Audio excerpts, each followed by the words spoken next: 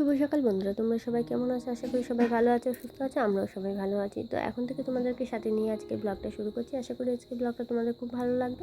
তো পুরো ভিডিওটা দেখার অনুরোধ রইল। দেখো, আজকে মাছ নিয়েছি, এখানে লোটে মাছ আছে 300 গ্রাম মতন। এটাই রান্না হবে, ঝুড়ো করবে লোটে মাছের। তো দেখো, তারপর চলে এসেছি একটুখানি চা বানাতে। সকালবেলা মা আর আমি একটুখানি আদা দিয়ে, গোলমরিচের গুঁড়ো দিয়ে আর তেজপাতা দিয়ে একটুখানি চা খাবো। চা খাওয়ার পর এখানে ভাত আমার কমপ্লিট হয়ে গেছে। ভাত আর ডাল করে নিয়েছি। আর এখন ডিমের অমলেট করছি, কারণ সকালবেলায় একটুখানি ডাল দিয়ে লেবু দিয়ে ডিমের অমলেট দিয়ে আজকে সকালবেলায় ভাত খাবো। তো সেই জন্য গরম গরম ডিমের অমলেট দিয়ে খেতে কিন্তু বেশ দারুণই লাগবে।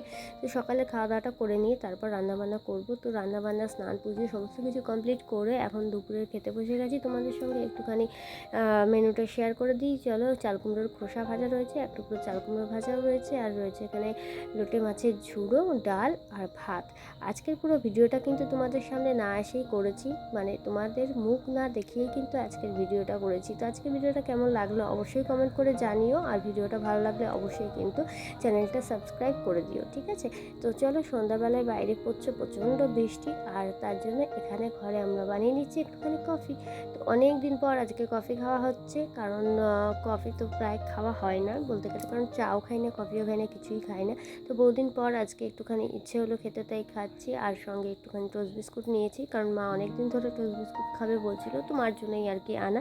তো এখন সবাই মিলে একসঙ্গে বসে কফিটা খাবো, টিভি দেখতে দেখতে অবশ্যই। যাই হোক, তো চলো, তোমাদের সঙ্গে আবার পরে দেখা হচ্ছে।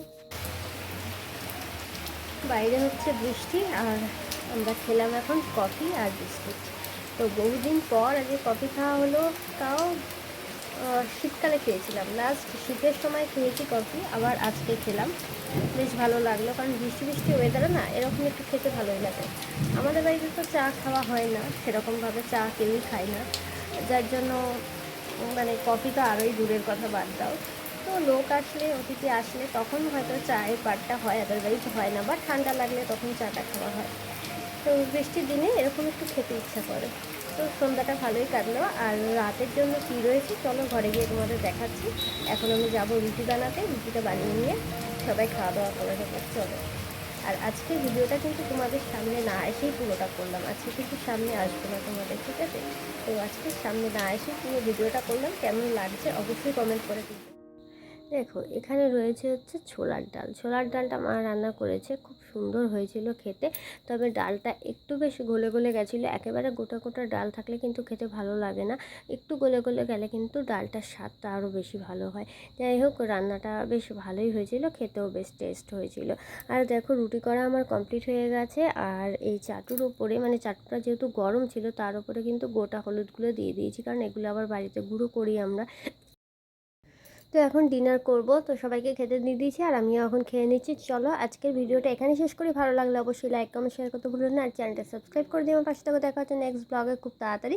সবাই ভালো থেকো, সুস্থ থেকো, গুড নাইট।